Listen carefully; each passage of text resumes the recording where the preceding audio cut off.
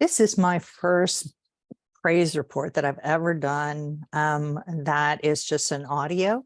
But I had something that was just so remarkable. It's definitely a worker at home um, praise. And so I'm going to find out where I'm supposed to post it. Maybe it's on its own. But yesterday, as I was getting, I think it was lunch, maybe it was breakfast. I have no idea. I was getting ready and I was doing something, and my husband said, just toss this Ziploc bag. It was hadn't been really used at all, and just toss it over. Normally, I would have just taken one step and put it into this bag. Now I am on a constant vacation, so everything goes into this travel bag, and I have to just, it's like I could walk out the door in 20 minutes and move and leave, because I am on vacation, and as a matter of fact, a honeymoon. And so listening to my husband, don't just say, oh, that's okay, like we would do with an earthly husband. Oh, well, I'm just going to step over here and not be agreeable. So of course I just tossed it over there.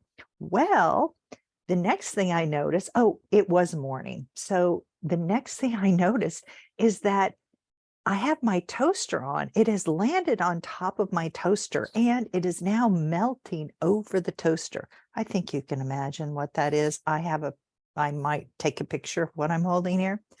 God knows. Okay. So I see that, and the first thing he has me do is just take it off and throw the Ziploc bag I was going to save. I throw it in the trash. And then he tells me, don't worry about it, leave it till later, which I did. I just listened to my husband. And here's what happened. When I came back at lunch to fix my lunch, I wasn't going to use the toaster. And keep in mind too, this is a resort where I live. This is not my toaster. So if I ruin the toaster, that's not a good thing. But I didn't. What he showed me is that it was melted over the top. And then I started to pick on this one side just to see what happens if I just pull it. Would it just come off? He tells me, oh, pull it from here. And as soon as I do, it just comes off beautifully. You can't even see that anything was melted. I'm holding it in my hand and I'm thinking, this is the way our brides need to live. As workers at home, don't worry about it. Just toss it. Just do this, and not take on so much responsibility and burden. And I think because I'm staring now at the homegrown picture about signing up, one of the main reasons why we need to do it is for our daughters, and me for my granddaughters.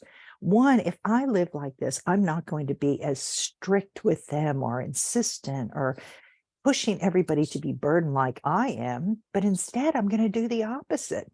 And those who are watching are going to see that and think, gee, I want to be like Mimi, or this is the way I want to be as a mom. I was not this, relaxed and easygoing when I was married and my children were watching me. But I'm going to encourage each of you to do it. So this is just it's almost like I want to frame this. I don't have anywhere to frame anything. I don't even have pictures of my family or anything because I don't own anything.